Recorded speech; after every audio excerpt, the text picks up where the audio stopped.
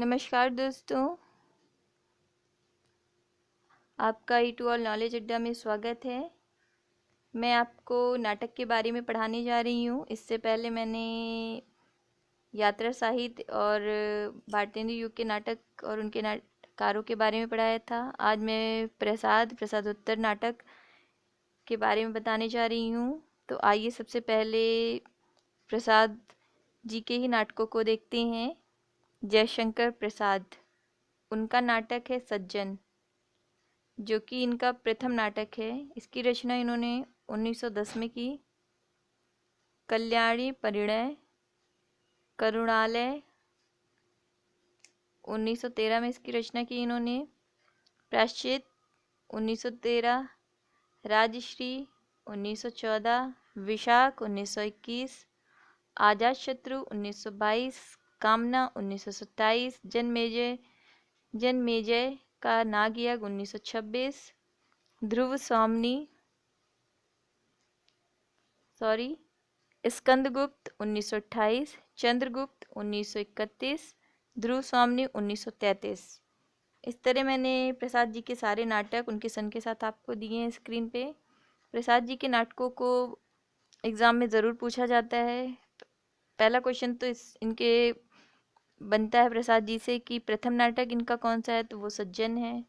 फिर उसके बाद बनता है कि ध्रुव स्वामिनी की रचना इन्होंने कब की थी, 1933 में की। और कभी कभी ऐसा क्वेश्चन आता है जिसमें 4 रचनाएं दी होती हैं और उनको जो है सीक्वेंस से लगाना होता है। तो आपको अगर पता होगा कौन से सन में कौन सी रचना हुई थी, कौन से नाटक को लिखा था इन्होंने, तो आप उनको आराम से बता सकते हैं। तो ध्यान से पढ़िए। जन्मेजय का नागयज्ञ भी पिछले वर्ष के एग्जाम में पूछा जा चुका है। अजातशत्रु, राजश्री, ये सारे नाटक पूछे जा चुके हैं, तो ये रिपीट भी होंगे। आगे मैं आपको मोहन राकेश जी के नाटक के बारे में बताती हूँ। तो मोहन राकेश जी का नाटक आषाढ़ का एक दिन, इसकी रचना इन्होंने कब की, 1958 में की। लहरों के राजहंस 1963 में, आधे अधूरे 1969 में, पैरों तले जमीन, ये इनका अधूरा नाटक है। तो इस तरह मोहन राकेश जी के मैंने सारे नाटक को उनके सन के साथ दिया है। आषाढ़ का एक दिन 1958, लहरों के राजहंस 1963, आधे अधूरे 1969, पैरों तले जमीन इनकी अधूरा नाटक है। तो ये क्वेश्चन भी पूछा जाता है कि मोहन राकेश जी का ऐसा कौन सा नाटक है जो अधूरा है, वो है पैरों तले की जमीन। तो इसको आप याद रखिएगा। आगे मैं आपको और भी नाटक पढ़ाती हूँ, आप देखते रहिए स्क्रीन पे।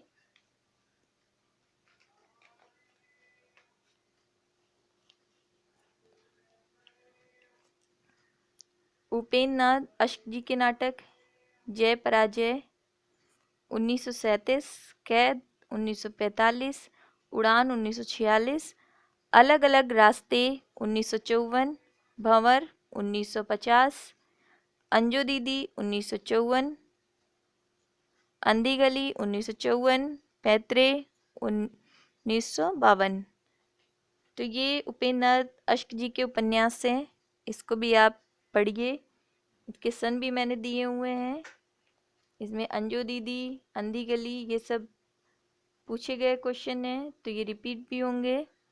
तो आप इसको ध्यान से सन के साथ याद रखिए। जगदीश चंद्र माथुर, इनके उपन्यास भी बहुत ही प्रसिद्ध हैं। इनके उपन्यास अक्सर ऐसे आते हैं कि उनको सीक्वेंस से लगाना होता है।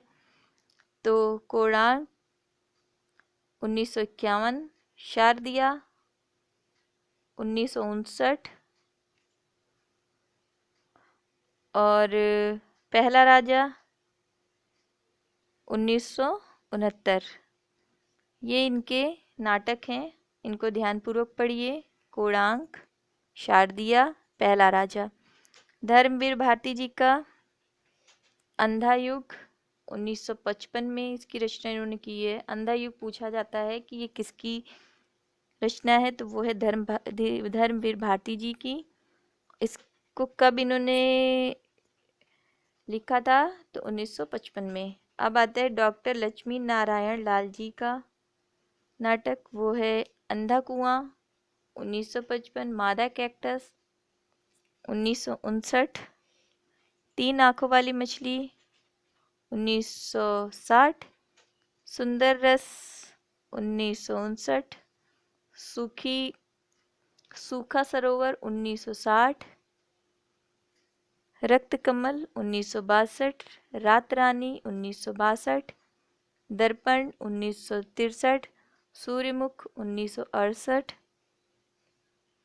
Kalanki 1969, mister Abhimanyu 1971, curfew 1972। इनका कर्फ्यू भी पूछा जा चुका है। तीन आंखों वाली मछली, मादक कैक्टस, अंधा कुआं, सूर्यमुख, दर्पण, मिस्टर अभिमन्यु।